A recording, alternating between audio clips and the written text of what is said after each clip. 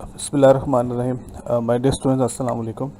I am here with you with the lecture number 26 of Data Structures and Algorithms course. And today's lecture is about binary trees.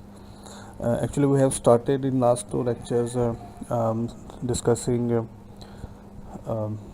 sorting algorithms. But before discussing the next some few algorithms, we need to discuss this very important concept, which is the binary trees. So in today's lecture we are going to discuss some basic concepts about binary trees. Let me introduce myself. My name is Dr. Aftab Akram and I have done PhD in computer science from South China Normal University in Guangzhou, China, and currently I am working as a lecturer in Division of Science and Technology, University of Education, Lahore. Actually इस तरह से है कि हम last to lectures में कुछ sorting algorithms discuss कर रहे थे, तो वो बेसिक कुछ हमने डिफरेंट अप्रोचेस जो है वो देखी थी. अब हम जो नेक्स्ट हमने डिस्कस करने एल्गोरिथम्स, जिसमें कि हीप सॉर्ट और बिन सॉर्ट एल्गोरिथम्स हैं, तो उनको इम्प्लीमेंट करने के लिए जो है वो हम एक और कह लेंगे डाटा स्ट्रक्चर यूज़ करते हैं, जिसको कि हम बाइनरी ट्रीज कहते हैं. तो इससे पहले कि हम हीप सॉर्ट को या बिन सॉर्ट को डिस्कस करें, तो इसलिए ज़रूरी है कि हम पहले इस कॉन्सेप्ट को लर्न करने के what are binary trees. So let's begin our lecture. Binary tree is made up of finite set of elements called nodes. Tree इसको किस लिए कहते हैं? बिकॉज इसके एक स्ट्रक्चर होता है जिसमें कि हमारे पास एक नोड को हम इस तरह से हम सर्कल्स में जाहिर करते हैं, रिप्रेजेंट करते हैं, और आमतौर पर सर्कल का हम लेबल दे देते हैं. इसको हम नोड कहते हैं. This is a node. तो जो भी ट्री की पहली नोड होगी तो उसको हम एक स्पेशल नेम देते हैं, जिसको कि हम कहते हैं रूट नोड. और इसकी एक से ज़्यादा नोड हो सकती हैं, जैसे कि ये P है और ये C है, और इन नोड्स को हम एजेस से हम कनेक्ट करते हैं. This is called an edge. तो ये कुछ बेसिक टर्मिनोलॉजी है जो कि आगे चल के जब हम यूज़ करेंगे. अब इसमें क्या होता है कि रूट्स में आपस में पेरेंट चाइल्ड रिलेशनशिप होती है. जैसे कि ये जो है node A, this is a parent node, और C जो है ये चाइल्ड नोड है. इसका मतलब ये है कि इससे पहले कि हम C पे जाएं, तो इससे पहले हमें जो है वो A को जो है विज़िट करना पड़ेगा, या A से हम C पे जो है वो जा सकते हैं. तो इनके इसी तरह से जो B है वो भी A का चाइल्ड है. तो A के जो है वो दो चाइल्ड हैं, चिल्ड्रन है, B और C. इसी तरह से इन नोड्स के भी आगे जो है वो चाइल्ड्स जो हैं वो हो सकते हैं. बाइनरी ट्री में रिस्ट्रिक्शन ये है कि मैक्सिमम जो है वो दो इनके चाइल्ड होंगे. और इसके अलावा ये है कि जो ट्री की जो आखिरी नोड होती है, जैसे फॉर एग्जांपल कि दिस नोड, और इसका फर्दर आगे कोई चाइल्ड नहीं है, तो इसको हम कह देते हैं this is a leaf node. तो अगर हम इनको ट्रवर्स करते हैं, ट्रवर्स करने का मतलब है कि हम इसको किसी ऑर्डर में हम इसको विज़िट करें. जैसे फॉर एग्जांपल हम A से C में जाएं, C से फिर हम इस नोड में, आप इसको लेट्स से कि F कह लें. तो यहाँ पर अगर हम आएँ तो हम ये एक ट्रवर्सिंग कर रहे, और इसको जो है वो A से लेकर C तक हम इसको एक पाथ कहेंगे. ये पाथ कुछ इस तरह से बनेगा कि A to C and F. ये सिमिलर इस तरह से आएगा जैसे आप ये सपोज़ करें कि आप एक सिटी से दूसरी सिटी में जा रहे हैं, और रास्ते में जितने सिटीज़ हैं उनको आप विज़िट कर रहे हैं, तो उसको आप साथ साथ जो है वो लिखते जा रहे हैं. इट्स मीन कि if you are going from A to F, you are visiting this city C. So there can be other path. इसके अलावा भी पाथ जो है उसमें हो सकते हैं. तो बाकी इसकी जो फर्दर इसमें जो टर्मिनोलॉजीज़ हैं उसको हम डिस्कस करते हैं. दिस सेट इज एम्प्टी और consist of a node called the root node together with two binary trees called the left and right subtree which are disjoint from each other and from root. Disjoint mean they have no nodes in common. तो जब हम एक tree बनाते हैं, we start from root node, और उसके बाद फिर रूट नोड से फिर जो है हमारे पास दो ऑप्शन होते हैं. इसके दो चिल्ड्रन हैं इसके. तो ये है, this is our left subtree and this is our right subtree. तो इस तरह से हम उसको दो हिस्सों में हम इसे जो है वो डिवाइड कर देते हैं। डिसजॉइंट का मतलब ये है कि ये जो राइट और लेफ़्ट सब ट्री है इसको हमने इस तरह से एक दूसरे से डिवाइड कर दिया, लाइक दिस वन, कि ये इसका राइट सब ट्री है, ये लेफ़्ट सब ट्री है। तो ये डिसजॉइंट इसलिए कि इन दोनों में कोई भी नोड जो है वो कॉमन नहीं है, तो इस वजह से हम इसे डिसजॉइंट कहते हैं। The roots of this subtrees are called children of the root. तो जो रूट के जो दो चिल्ड्रन हैं, जैसे कि ये रूट है, इसके ये दो चिल्ड्रन है, तो ये एक्चुअली ये जो है ये लेफ़्ट सब ट्री का रूट बन जाएगा, और ये जो है ये राइट सब ट्री के जो है वो रूट बन जाएगा। तो इस तरह से हम इसको जो लेते हैं। There is an edge from node to each of its children and node is said to be the parents of its children. If n1, n2, nk is a sequence of nodes in the tree such that ni is the parent of ni plus 1 for I is equal to less than equal to 1 to k, then this sequence is called a path from n1 to nk। तो ये जो है ये हमने सिर्फ ये क्या है कि हम किसी ऑर्डर में नोड्स को विज़िट कर रहे हैं, हमने उनको रैंडमली जो है वो एक नंबर दे दिया कि n1 n2 एक सीक्वेंस हमने बना लिया। तो उसको हम कहेंगे, उस सीक्वेंस को एक्चुअली हम ये कहेंगे this is a path from n1 to nk। Length of the path is k-1 if k is 10। तो क्योंकि रूट नोड ऑलवेज जो है वो उसकी डेप्थ 0 होती है, तो इस वजह से क्या होगा कि इसकी लेंथ जो है वो k-1 होगी। There is a path from node r to node m, then r is an ancestor of m and m is a descendant of r। तो इस तरह से भी आप इसको कह सकते हैं कि इफ़ पाथ है from r to node m, यानी कि जो है वो r पहले आ रही है और m जो है वो नोड बाद में है उस पाथ में, then r is an ancestor of m। तो हम r को कह देंगे कि ये एंसेस्टर है m का, और m को कह देंगे descendant of r। Thus all nodes in the tree are descendants of the root of the tree while the root is ancestor of all nodes। तो इस तरह से भी हम इसको जो है वो ले सकते हैं। The depth of the node m in the tree is the length of the path from root of the node to m। तो उसमें होगी कि जितने जो पाथ लेंथ है, हमने कहा था कि जो k-m होगी, k-1 जो है वो उसकी डेप्थ होगी। तो अगर रूट से लेकर m तक जो है वो 10 नोड्स हैं, तो उसकी डेप्थ जो है फिर वो 9 होगी, because it's k-1, k is 10 and -1 करेंगे तो 9 उसकी डेप्थ आएगी। The height of the tree is 1 more than the depth of the deepest node in the tree and all nodes of depth d are at level d in the tree. तो root node जो है वो always उसकी depth 0 होती है, और अगली node की जो है वो डेप्थ जो है वो अगला जो लेवल होगा उसकी डेप्थ जो है वो 1 होगी, फिर इस तरह से 2 और फिर 3, इस तरह से इंक्रीज होती जाएगी। And the root is only node at level 0 and its depth is 0. A leaf node is any node that has 2 empty children। तो लीफ नोड के चिल्ड्रन जो है वो नहीं होते, that's why we call it a leaf node। An internal node is any node that has at least one non-empty child। तो अगर किसी भी नोड का जो है, जैसे हम सपोज ये करते हैं कि वी आर टेकिंग, ये हमारे पास एक ट्री है और हम ये देख रहे हैं कि ये हमारे पास A है, this is A, this is B, this is C and this is D। तो B को हम कह देंगे this is an internal node, इसको हम कह देंगे कि ये इंटरनल नोड है, जबकि C जो है, C और D जो है ये लीफ नोड्स हैं। उसकी वजह ये है कि इन दोनों के चिल्ड्रन जो है वो नहीं है, एक भी चिल्ड्रन नहीं है, तो इस तरह से हम इन दोनों को कह देंगे these are leaf nodes. Alpine trees nodes have 2 children, one or both might be empty।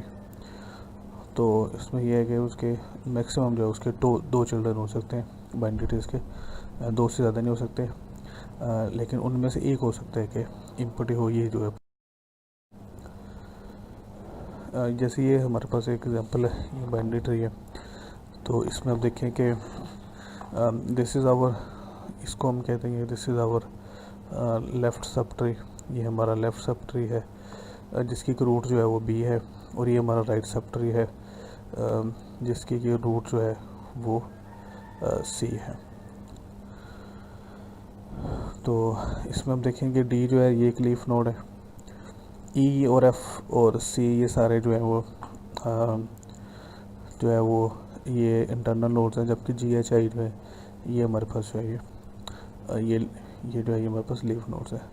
A is the root और ये सबका एंसेस्टर है, और इसी तरह से जो है ये बाकी सारे जो हैं ये डिसेंडेंट है ए के।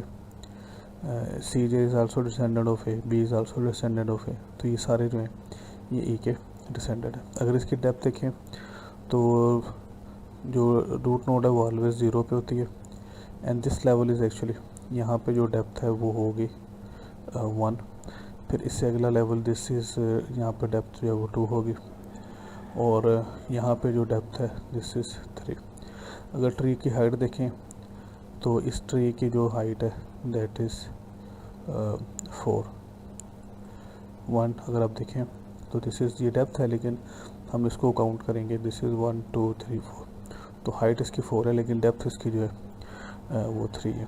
These last leaf nodes are at depth 3।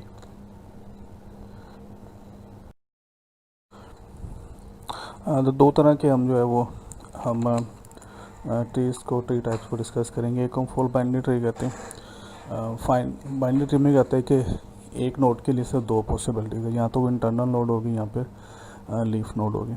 अगर वो इंटरनल नोड है तो फिर उसके एग्जैक्टली जो है वो 2 नॉन एम्प्टी चिल्ड्रन होंगे, और यहाँ फिर वो लीफ नोड होगी। इसका मतलब है कि उसके कोई भी चिल्ड्रन जो है वो नहीं होंगे। यानी कि नोड की कंडीशन फुल बाइनरी ट्री में ये है कि या तो उसके एग्जैक्टली 2 चिल्ड्रन है या फिर नहीं है। दूसरी हमारे पास जो टाइप है उसको हम कहते हैं complete binary tree, has a restricted shape obtained by starting at the root and filling the tree by levels from left to right। तो इसमें हम क्या करेंगे कि इसमें जो है वो एक ऐसे भी हो सकता है कि एक जो नोड है वो लीफ भी हो सकती है, या फिर दूसरी पॉसिबिलिटी ये है कि उसका एक चाइल्ड भी हो सकता है लेकिन वो लेफ़्ट वाला होगा, राइट वाला जो है वो नहीं होगा। In the complete binary tree of depth height t, all level except possible level d minus 1 are completely full। तो उसमें अगर ये है कि अगर आखिरी लेवल को देखें उसके अलावा जितने भी लेवल होंगे वो जो है वो कम्प्लीटली फुल होंगे।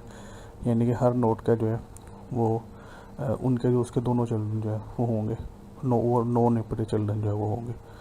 The bottom level has its nodes filled in from the left to in from the left side. तो लेफ्ट साइड पे जो है वो उसका चाइल्ड होगा, हो सकता है कि राइट चाइल्ड। तो ये हमारे पास 2 ट्री है।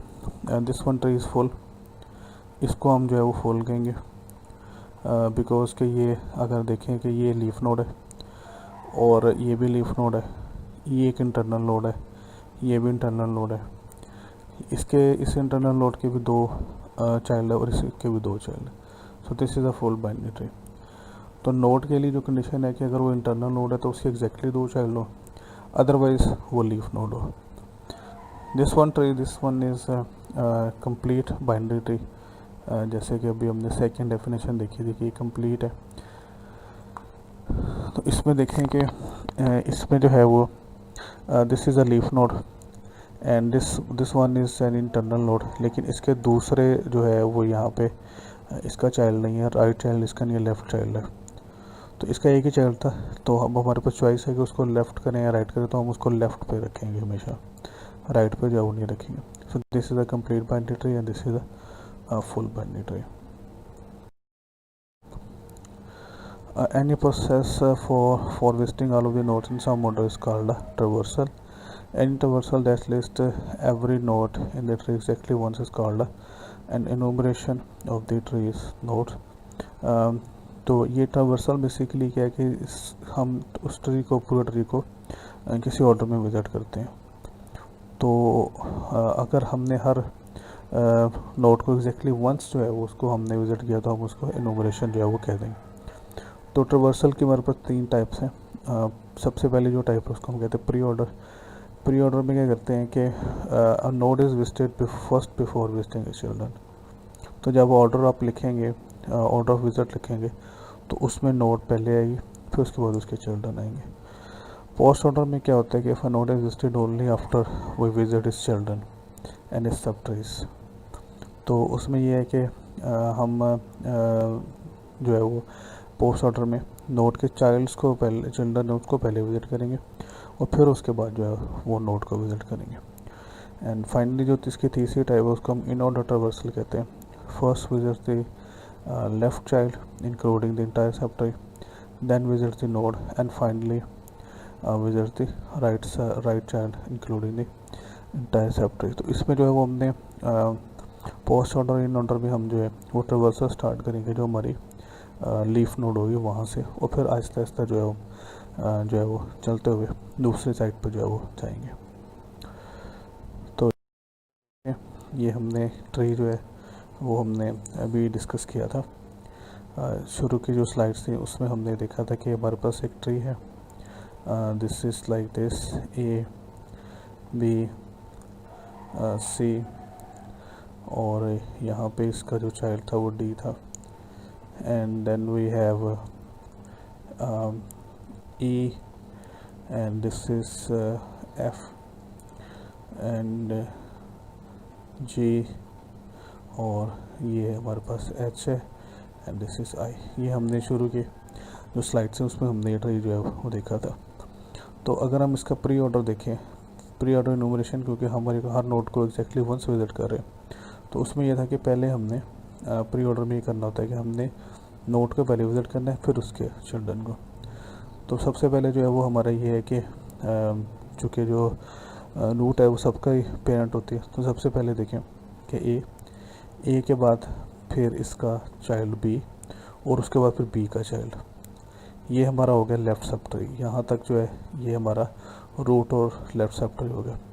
फिर हम दूसरी साइड पे आएंगे, राइट साइड पे सी को विज़िट करेंगे इसी तरह से, फिर उसके बाद ई और फिर ई का चाइल्ड, फिर एफ़ और फिर एफ़ के दोनों चाइल्ड, इस तरह से जो है वो आएगा। This is pre order. अगले जो हमारे पास टाइप है वो है पोस्ट ऑर्डर है। पोस्ट ऑर्डर में हम क्या करते हैं कि हम चाइल्ड को पहले विज़िट करेंगे। तो अब हम देखें तो ए का चाइल्ड जो है वो बी है, लेकिन बी का चाइल्ड डी है, लेकिन डी का चाइल्ड नहीं है तो इसलिए हम डी को लिख देंगे। फिर डी के पेरेंट को लिखेंगे विच इज़ बी। तो अब ये है कि हमारे पास इसी तरह से जो है हमने चाइल्ड्स को पहले विज़िट करना है और फिर उसके बाद जो है वो फिर हमने आना है पेरेंट की तरफ, पेरेंट को सबसे एंड में लिखना है। तो अगर आप प्री ऑर्डर और पोस्ट ऑर्डर में सबसे बड़ा डिफरेंस देखें तो वो ये होगा कि इसमें देखें प्री ऑर्डर में सबसे पहले रूट आती है और पोस्ट ऑर्डर में रूट जो है वो सबसे एंड पे आती है। ये अगर आप ये डिफरेंस देख लें तो इसमें जो है ये है कि अब ए को जब हम विज़िट करेंगे, अभी तक हमने ए के जो लेफ़्ट वाले जो चाइल्ड है उसको तो हमने विज़िट कर लिया, लेकिन राइट वाले चाइल्ड जो रह गए। अब ए का चाइल्ड को हमने पहले लिखना सी, लेकिन सी के फिर दो चाइल्ड हैं ई और एफ़, और ई का फिर चाइल्ड है जी। तो हम फिर पहले जी को लिखेंगे, फिर जी के पेरेंट को, और उसके बाद फिर हम आ जाएंगे जो लेफ़्ट है हमारा उसकी तरफ। तो यहाँ पे एफ़ है, एफ़ में फिर हमारे पास एच है और आई है। एच को किया, आई को किया, फिर इनके पेरेंट को लिखा, फिर एफ़ के पेरेंट को लिखा, और उसके बाद फिर सी के पेरेंट को। तो इस तरह से आखिर में जो है हमारे पास आ गया this is the post order traversal. इसी तरह से हमारे पास इन ऑर्डर है। इन ऑर्डर में डिफरेंस सिर्फ ये है कि हम पहले जो लेफ़्ट सब ट्री है उसको हम विज़िट करते हैं और उसके बाद फिर हम आते हैं राइट सब ट्री की तरफ। तो इसमें आपने देखें कि तकरीबन ये उसी तरह से सिर्फ डिफरेंस ये है कि हमने बी पे आए, बी के बाद हमने डी, और डी के बाद फिर हम ए पे जो है वो हम आ गए, और उसके बाद फिर जो है फिर अब इसी तरह से जी, फिर ई, फिर सी, और सी के बाद फिर जो है वो हमने एच आई एफ़, और उसके बाद हमने जो है वो एच एफ़ और आई, फिर हमने इस तरह से जो है वो इसको विज़िट किया। तो this is an in order traversal, इसको जो है वो हम कहते हैं। तो ये जो है वो हमने तीन टाइप के ट्रावर्सल जो है यहाँ पे हमने देखनी है, प्री ऑर्डर, पोस्ट ऑर्डर और इन ऑर्डर। और main difference pre order post order में ये है कि प्री ऑर्डर में जो रूट नोड है वो पहले आएगी, और पोस्ट ऑर्डर में रूट नोड जो सबसे एंड में आएगी। और इसके बाद ये है कि इन ऑर्डर में हम क्या करते हैं कि पहले लेफ़्ट सब ट्री को विज़िट करते हैं, फिर उसके बाद जो है फिर राइट सब ट्री जो है वो आता है। BST is a binary tree that conforms to the following condition known as the binary search tree properties. Almost अभी हमने एक स्पेशल इसी तरह से जो बाइनरी ट्री है उसी की हमने एक अब कह लेंगे एक्सटेंशन को डिस्कस करना है, जिसको कि हम बाइनरी सर्च ट्री जो है वो हम कहते हैं। तो इसके लिए हमें कुछ कंडीशन है उसको हमने देखना पड़ता है। पहली कंडीशन ये है कि all node stored in the left subtree of node whose key values इसके have key values less than K, और इसी तरह से जो है वो all node stored in the right subtree of the node whose key values इसके have key values greater than और इक्वल टू के। तो अब ये सपोज करेंगे ये हमारे पास जो एक ट्री है, इसी तरह से बाइनरी ट्री है, तो इसके जो है वो दो चिल्ड्रन होंगे, राइट और लेफ़्ट वाला, ये लेफ़्ट वाला है और ये राइट वाला है। अब कंडीशन ये है कि अगर ये वैल्यू के है तो राइट पे वो सब वैल्यू होंगी which are greater than K, और राइट पे वो वैल्यूज़ होंगी which are actually less than K. तो ये इसमें जो है कंडीशन होगी कि जब हम इस की में इंसर्शन करने लगे इस ट्री में, तो हमने इस चीज़ का ख्याल रखना है कि जो के से बड़ी वैल्यूज़ है वो हम जो है वो लेफ़्ट पे हम स्टोर करेंगे, जो छोटी के से छोटी वैल्यूज़ हैं उनको राइट सब ट्री में जो है वो स्टोर करेंगे। तो इस तरह की ट्री को हम कह देते हैं बाइनरी सर्च ट्री। तो इसका फ़ायदा ये है कि इस तरह के ट्री में जो सर्चिंग है वो बहुत आसान हो जाती है। अगर आपने कोई वैल्यू सर्च करनी है तो आपको सिर्फ के से कंपेयर करना पड़ेगा उसको। अगर वो वैल्यू के से बड़ी है तो आप सिर्फ लेफ़्ट सब ट्री में सर्च करेंगे, अगर वो वैल्यू के से छोटी है तो आप सिर्फ राइट सब ट्री में जो है वो सर्च करेंगे। One consequence of binary search tree property is that if the BST nodes are printed using an in-order traversal, the resulting enumeration will be stored order from lowest to highest। तो अभी हमने in order traversal देखा था, तो अगर हम जो है वो अगर आप इसको देखें तो इन ऑर्डर ट्रावर्सल में जब उस BST को हम उसको प्रिंट करेंगे तो एक्चुअली क्या होगा कि वो जो है वो जो उसकी जो नोड्स हैं they will be printed in sorted order from lowest to highest. Okay, तो ये हमारे पास दो एग्जांपल्स हैं, उसको हम डिस्कस करते हैं बाइनरी सर्च ट्री के। ये दोनों ट्रीज हैं, इसमें अगर आप एलिमेंट्स को कंपेयर करें तो वो सेम है।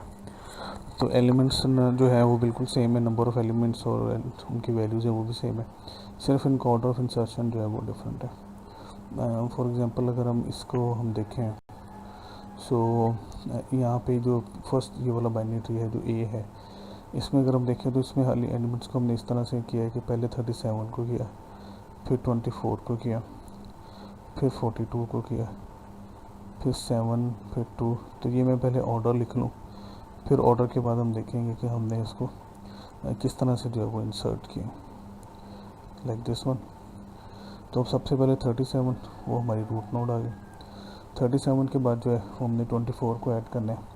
तो 24 को हमने ये देखना है कि इस ग्रेटर देन और लेस देन 37, चूँकि 37 से ये लेस है तो ये लेफ़्ट सब ट्री में आ गया। इसी तरह से 42 जो है वो क्योंकि 37 से ज़्यादा है तो ये उसके राइट सब ट्री में आ गया। 42 के बाद हमने 7 को ऐड करना है, बिकॉज 7 इज़ लेस देन 37, तो हम इसको जो है वो इसके लेफ़्ट सब ट्री में ले जाएंगे, लेकिन लेफ़्ट सब ट्री में ऑलरेडी एक नोड है 24।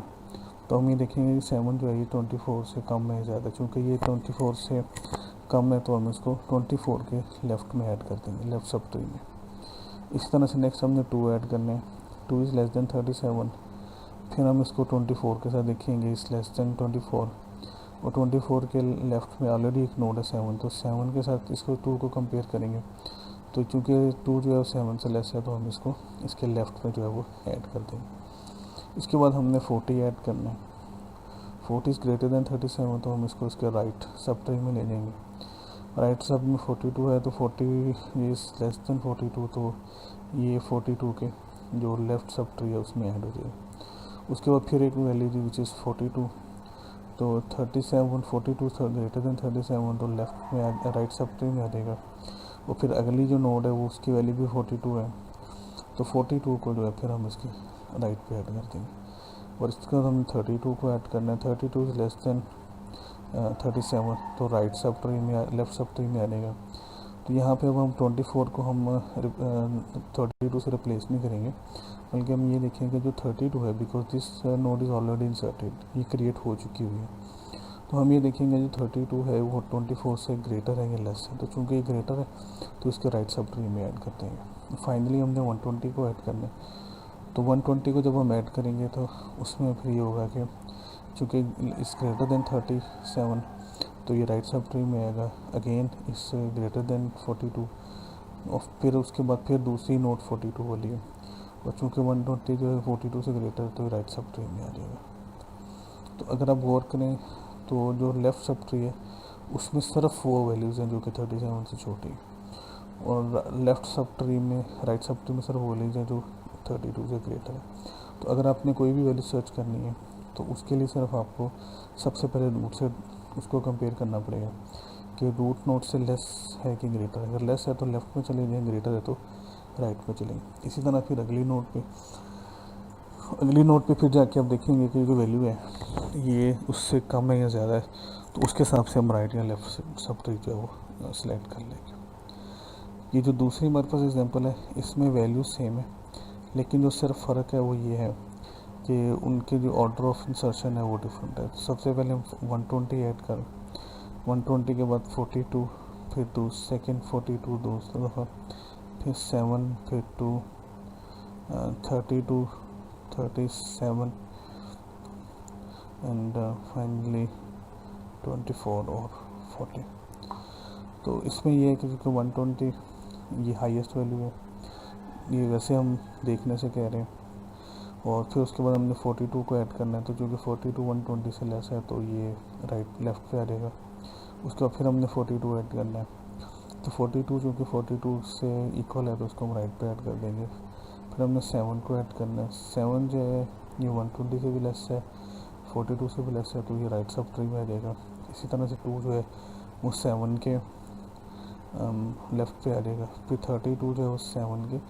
अब आप यहाँ पे आप देखें कि 132 को जब हम ऐड करेंगे तो पहले से 130 120 से कंपेयर करेंगे, इस लेस दैन 120, तो ये इसके लेफ़्ट में आएगा। और उसके बाद ये है कि ये जो 32 है ये 42 से लेस है, तो ये इसके राइट पे आ जाएगा, सॉरी लेफ़्ट पे आ जाएगा। और फिर उसके बाद हम 7 के साथ कंपेयर करेंगे। 30 जो है 7 से लेस है, ग्रेटर है, क्योंकि ये ग्रेटर है 7 से, तो इसको हम इसके राइट सब ट्री में जो है ऐड कर देंगे। इसी तरह से 37 भी होगा, वो भी जब हम 120 से 42, 42 से 7 और 7 से 32 में आएंगे तो वहाँ पे आके हम डिसाइड करेंगे कि इसको राइट पे ऐड करना है या लेफ़्ट पे ऐड करना है। और उसी तरह से 24 जो है वो भी इसी तरह से डिसीजन होगा, वो 32 के लेफ़्ट पे आ जाएगा। और फाइनली जो 40 है तो इसमें ये होगा कि 120 के साथ कंपेयर करेंगे, फिर 42 से इससे भी लेस है तो फिर लेफ़्ट पे आ जाएगा। लेफ़्ट पे फिर 7 है, 7 से ग्रेटर है तो फिर इसको हम राइट पे ले आएंगे। और फिर 32 से कंपेयर करेंगे, 32 से चूँकि ग्रेटर है तो हम इसको जो फिर राइट पे लेंगे, तो 37 से कंपेयर करेंगे। और 37 के बाद जो है अगर फिर हम इसको देखेंगे कि ये 37 से ग्रेटर है या लेस है, चूँकि ग्रेटर है तो फिर हम इसको इसके राइट पे जो है वो ऐड कर देंगे।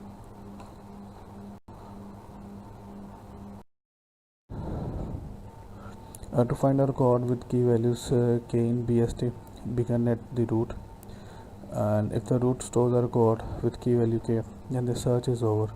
If not, then we must search deeper in the tree. What makes the BST efficient during search is that we need to search only one of the nodes of two subtrees. If k is less than the root node's key value, we search only left subtree, and k is greater than the root node's key value, we search only right subtree. This process continues until our chord with key value k is found, or we reach a leaf node. If we reach a leaf node without encountering k, then no chord exists in the BST whose key value is k. तो ये इसमें यह है कि binary search tree में जो searching है वो बहुत सिंप्लीफाइड हो जाती है कि हमें सिर्फ दो में से सिर्फ एक सब ट्री को जो विज़िट करना है, दोनों सब ट्री को जो विज़िट करने की हमें ज़रूरत नहीं होती है। ये एक एग्जांपल है कि consider the searching for the node with key value 32 in the tree of figure, जो हमने अभी फिगर देखी थी। 32 is less than the root value 37. The search process to the left subtree. Because 32 is greater than 24, we search in 24's right subtree. At this point, the node containing 32 is found. If the search is values over 35, the same path will be followed to the node containing 32. Because this node had no children, we know that 35 is not in the BST. तो इस तरह से हम ये कर सकते हैं कि हमें जब भी किसी नोड पे आएंगे तो हम उसकी सिर्फ वैल्यू से कंपेयर करेंगे और उसके बेस पे हम डिसाइड कर लेंगे कि इसका राइट सब ट्री हमने सर्च करना है या फिर इसका लेफ़्ट सब ट्री जो है वो हमने सर्च करना है। नेक्स्ट जो हमने देखना है वो हमने हीप्स को डिस्कस करना है, heaps and priority queues. When a collection of objects is organized by importance of priority, we call this a priority queue. A normal queue data structure will not implement a priority queue efficiently because search for the element with highest priority will take theta n times, and list with a sorted node will also require theta n times for either insertion or removal. A BST that organizes records by priority could be used with a total of n inserts and n remove operation requiring theta n log n time in the average case. तो priority queue में सिर्फ ये है कि normal Q जो है वो first in first out हमने देखा था कि एक डेटा स्ट्रक्चर होता है, लेकिन उसमें ये नहीं होता कि हमने किसी की प्रायोरिटी सेट की होती है। तो जो भी एलिमेंट है उसमें जो भी पहले आता है वो पहले उसको हम पहले एक्सेस करते हैं, क्यू में से पहले उसको जो है वो एग्जिट करते हैं। लेकिन प्रायोरिटी क्यू में क्या होगा कि हम उसको इस तरह से करेंगे कि जिस एलिमेंट की प्रायोरिटी हाई होगी उसको क्यू के फ्रंट पे ले लेंगे, चाहे वो बाद में भी उसमें इंटर हुए। तो अब इसमें जो है वो ये है कि जब हम टिपिकली हम जो है वो अरे वगैरह जो इम्प्लीमेंटेशन हमने देखी थी उसको हम देखते हैं, तो उसमें जो है वो ये होगा कि अगर हमने देखना है कि इसमें हाईएस्ट प्रायोरिटी किसकी है तो हमें सारों को जो है वो उसके साथ एक आप कहने की प्रायोरिटी भी हमें ऐड करनी पड़ेगी, हर एलिमेंट के साथ ही उसकी प्रायोरिटी कितनी है। तो एक सर्च करने में जो थीटा n टाइम्स लगेगा और उसको इंसर्ट या रिमूव करने में भी हमें जो थीटा n टाइम चाहिए होगा। लेकिन अगर BST हम करते हैं, क्योंकि BST में नेचुरली ये है कि हम अगर उसको प्रायोरिटी वाइज कर लेंगे तो जैसे जो एक को अगर हमने देखना है कि एलिमेंट की प्रायोरिटी कितनी है तो हम सबसे पहले रूट को देखेंगे। अगर तो उसकी प्रायोरिटी जब रूट से हायर है तो उसको हम राइट सब ट्री में ऐड कर देंगे, वो लो है तो फिर हम उसको लेफ़्ट सब ट्री में जो है ऐड कर देंगे। तो इस तरह से जो है एलिमेंट को जो ऑर्गेनाइज करना जो है वो इस तरह से हीप एक पार्शियली ऑर्डर्ड डेटा स्ट्रक्चर है, which means that there is a relationship between the values stored at any node and the values of children. तो दो तरह की heaps होती हैं. A max heap is a property that every node stores a value that is greater than or equal to the value of either of children. तो ये बिल्कुल उसी तरह से ये जिस तरह से अभी हमने जो है वो ट्रीज को देखा था, तो हीप्स को जो है वो हम ट्री के ज़रिए भी इम्प्लीमेंट कर सकते हैं। तो मैक्स हीप में क्या होगा कि जो नोड है वो ऐसी वैल्यू को स्टोर करते हैं जो कि उसके चिल्ड्रन से ग्रेटर होते हैं या फिर उसके इक्वल होती है। और min heap has a property that every node stores a value that is less than और equal to that of his children. तो मेन हीप में ये होता है कि जो पेरेंट की वैल्यू है वो उसके चाइल्ड के बराबर होते हैं या उससे कम होती है। तो नेक्स्ट लेक्चर में जो है वो हम जो सर्च सॉर्टिंग एल्गोरिथम डिस्कस करेंगे। बेसिकली वो BST और हीप पे जो है वो बेस करते हैं। तो इस वजह से जो है वो हमें इसलिए ज़रूरी था कि हम पहले जो है वो हीप और जो बाइनरी ट्रीज़ हैं इनका जो थोड़ा इंट्रोडक्शन जो है वो ले लें। तो इंशाल्लाह जो नेक्स्ट लेक्चर है उसमें हम जो है ये हीप सॉर्ट बिन और एडिक्स सॉर्ट जो है इसको हम डिस्कस करेंगे। तो तब तक के लिए अल्लाह हाफ़िज़। इंशाल्लाह नेक्स्ट लेक्चर में आपसे मुलाकात होगी।